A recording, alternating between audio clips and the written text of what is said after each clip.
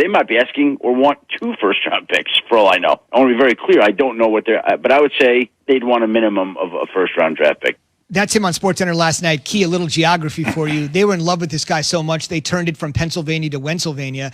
And when he entered the league, had such an image. They say if you live in North Dakota, they call it North Dakota nice, right? Nicest guy in the world, great Midwest team player.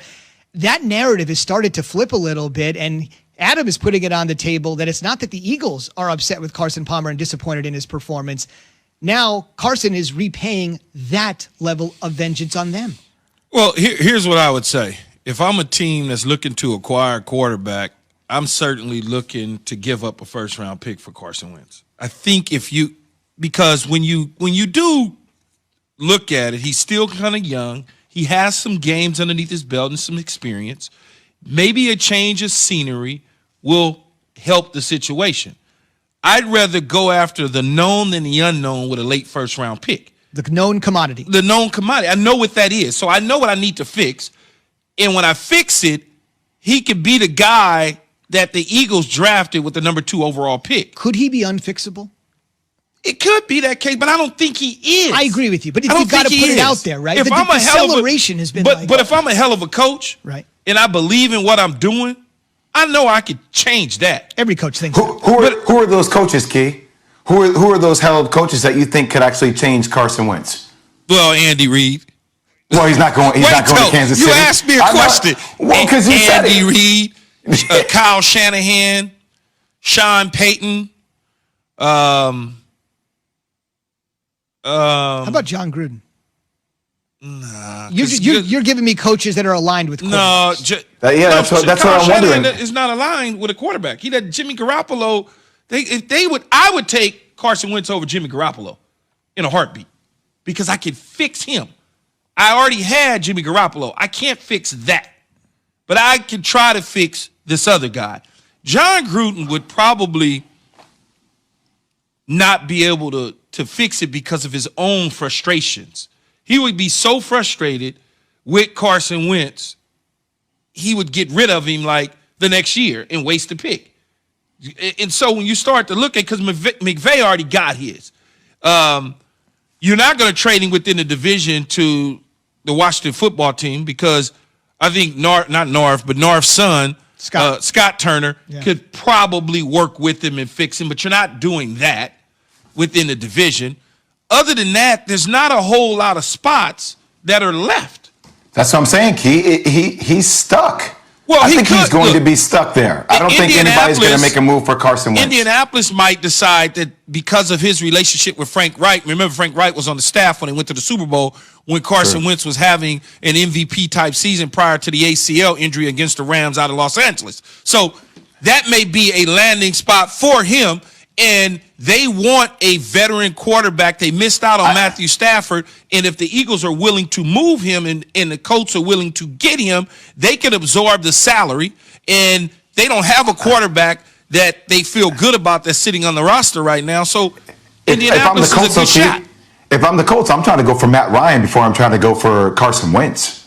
The reason, the reason I would pass on Matt Ryan for Carson Wentz is age 1, system 2, familiarity 3. And that's what these coaches like to do. They like to deal with familiarity. Think about it. Matt Nagy, which is not, the greatest quarterback expert guru that we thought, he went and got Nick Foles because he felt familiarity. When he had an opportunity to maybe land a couple other people, he jumped on Nick Foles' situation because of familiarity.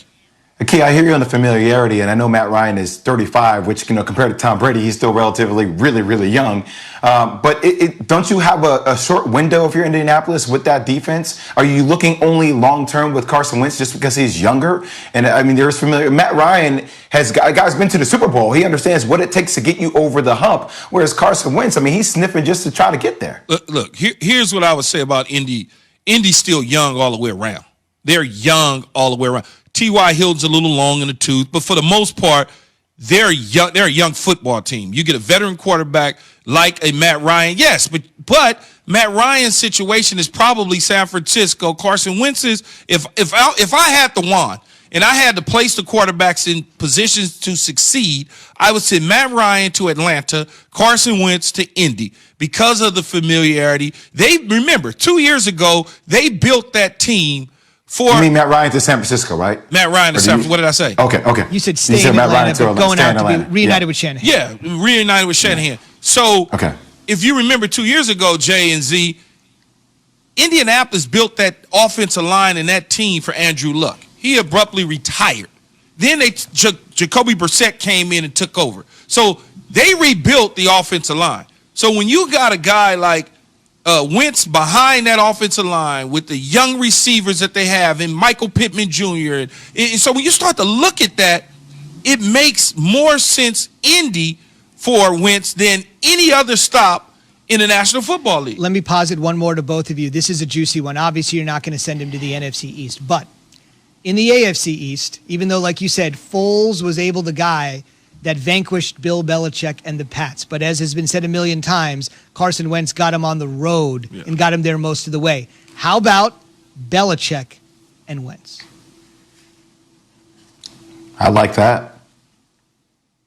I just don't know if the personalities work.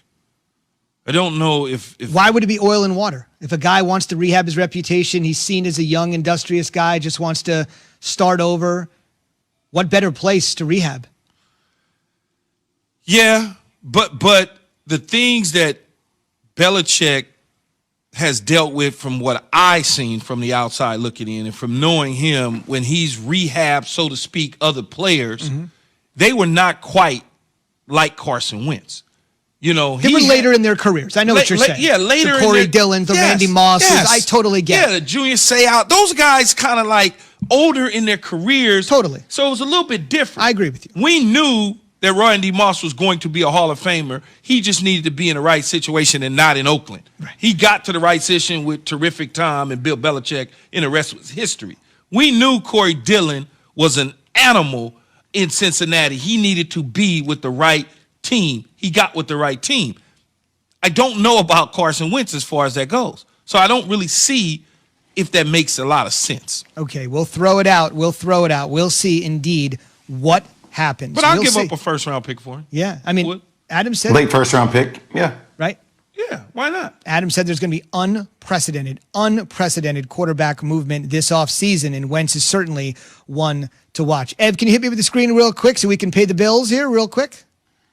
There we go. When you gift a year of ESPN Plus, you're given thousands of live events, exclusive originals, a full 30 for 30 library, and more. Surprise a sports fan in your life with a year of ESPN Plus. Visit ESPNplus.com/giftayear for more details.